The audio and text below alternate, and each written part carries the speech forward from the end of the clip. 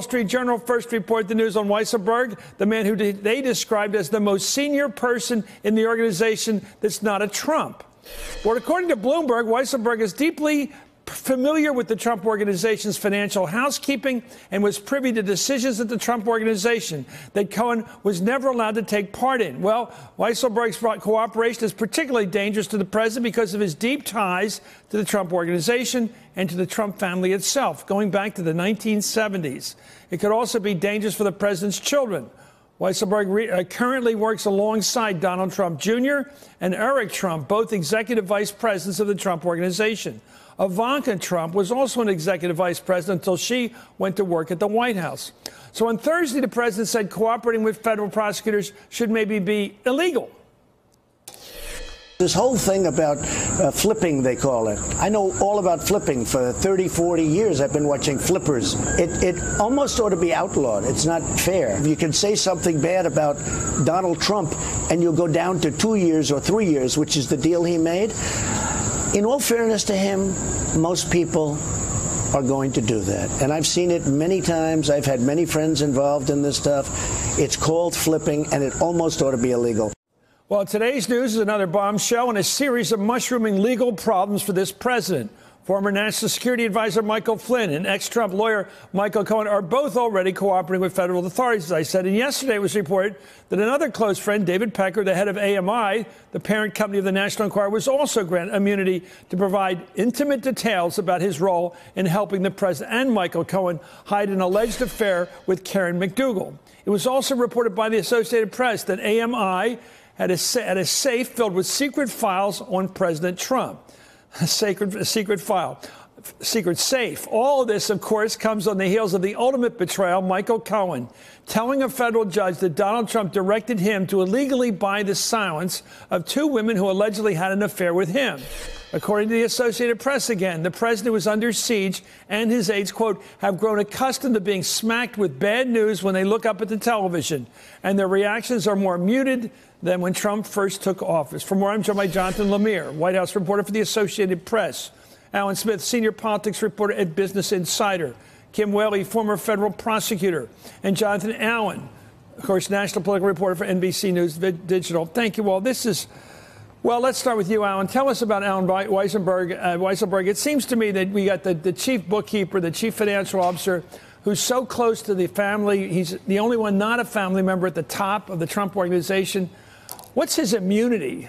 Give him the allowance to tell without prosecution, and also makes him basically vulnerable. He can't take the fifth anymore. So, first off, Weisselberg, this is a guy who has been at the Trump organization since Fred Trump was running the show. When Donald Trump took office, he turned over control of the company to three people: Donald Trump Jr., Eric Trump, and Alan Weisselberg. So you're looking at this person getting immunity. This is almost as big of a fish as prosecutors could have. Now, it's not entirely clear what he told prosecutors, but what we do know is with Michael Cohen's plea deal, prosecutors said they had witness testimony to back up what he was saying and what he was admitting in court. And we know that included now in that witness testimony would have been Alan Weisselberg and David Pecker, two people with intimate knowledge of these payments. So you have their testimony backing up what Michael Cohen said. Okay, give me the reporting and graphic. You're Donald Trump. You are President of the United States. That's a big deal. But at the same time, offsetting being a big deal in President of the United States, you have this coming at you. Everybody you've done business with, it seems, that knows everything you've done wrong is about to spill it. Well, we've seen Donald Trump's initial defense to the Michael Cohen admissions was saying, look, Michael Cohen admitted to crimes that are not crimes. That's what he said in the Fox and Friends interview. He was, repeating sort of a line. That's for a jury to decide, not Donald Trump to decide whether these are crimes or not. We've at least seen that this is going to be his initial defense. Like Michael Cohen was he's trying to claim that he was swindled into making this agreement and admitting to these crimes to face a potential of less jail time. Yeah. So he's saying this, and really he's going to try to use the pulpit of being president to try to, push off this oncoming storm. Let me go to John on this. John, what's he do now? I mean, he must wonder. He's a man of enormous ego and self-confidence, and he's been through a lot of stuff in his life. Now he sees, it seems to me, the vulnerability of his family. Sure, that's always been considered his Achilles heel, the way he cares for his adult children. The people that are reporting at the AP, as you just referenced some of it, I mean, there certainly is a battle stations mode there in the West Wing. Aides are accustomed to these negative headlines after negative headlines. We've talked to people who have spoken to the president, say certainly he's frustrated, he feels persecuted, the usual complaints about government overreach with these prosecutions. It's not a full meltdown yet. He is fuming to his aides about what happened, but still feels like we can fight this, we can escape this. But this is also a president who declares time and time again that loyalty is the most important thing to him. Now, we know with him... Not to the people around him. But we know to him that loyalty is sort of just a one-way street. And we have seen here in the recent days how many people, some of the closest people to him, have all turned. And that started with Omarosa last week. And then, of course, we have this hat trick here of Pecker, Cohen, and Weisselberg, who have all, in some form or another... But the reason they turn is that they feel that they're vulnerable to prosecution, that they know or sense they did something wrong that can be used to put them in jail for a long time. Now, Weisselberg is an interesting So case. he surrounded himself with people who feel they're vulnerable to federal prosecution. Sure, and that's not a great trend. Weisselberg is someone who, though, at least reporting with the AP, I mean, the immunity he got was to testify about Cohen. Now, it is possible there could be cooperation down the road about the president, but that has not yet happened. One of Trump's sharpest critics, of course, and husband of White House advisor Kellyanne Conway, George Conway, weighed in on the significance of Weisselberg's immunity to the president today, tweeting, "It means that individual I needs a real lawyer." That would be the president. Individual one. Individual one is how the president was referred to in the court documents related to Michael Cohen's plea deal. Let me go to Kim Willie. You know, I'm just wondering, again, he's president of the United States. He probably can't be indicted while he's president. That's his one ace in the hole. But he can be indicted down the road. And his kids. It just seems to me, who's he got on his side at this point in terms of evidence? Who's going to testify on behalf of this president on any question of fact?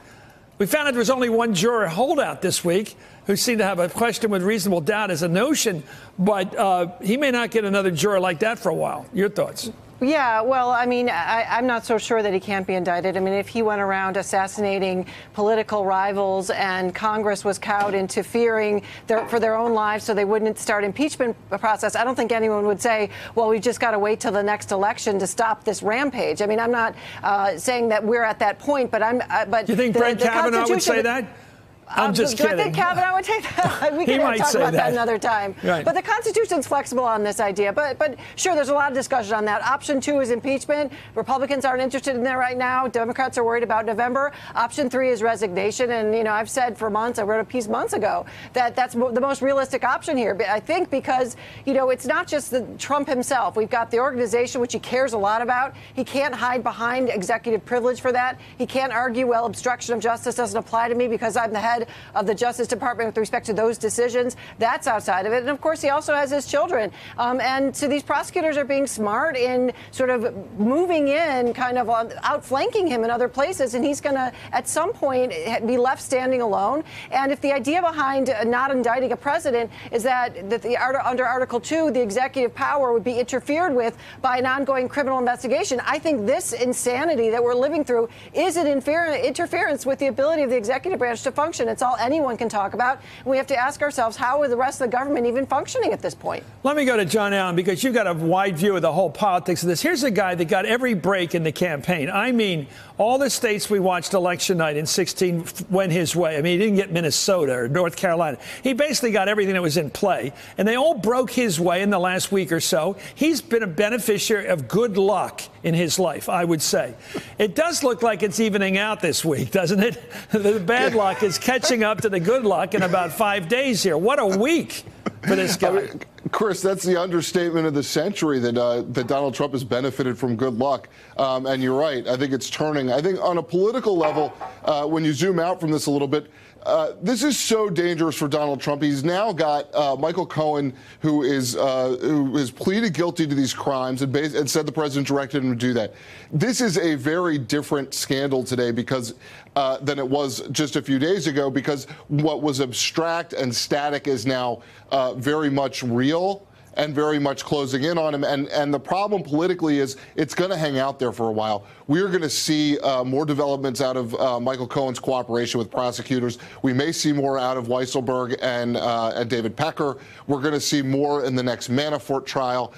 It will be more and more and more, and his problems are going to mount, not fade. And as you know, in politics, when something like this is out there, when there's a legal problem, it is very toxic politically, especially if it lasts a long time and especially if it bears fruit. And earlier this week, it bore fruit in Michael Cohen. Hey there, I'm Chris Hayes from MSNBC. Thanks for watching MSNBC on YouTube. If you want to keep up to date with the videos we're putting out, you can click subscribe just below me or click over on this list to see lots of other great videos.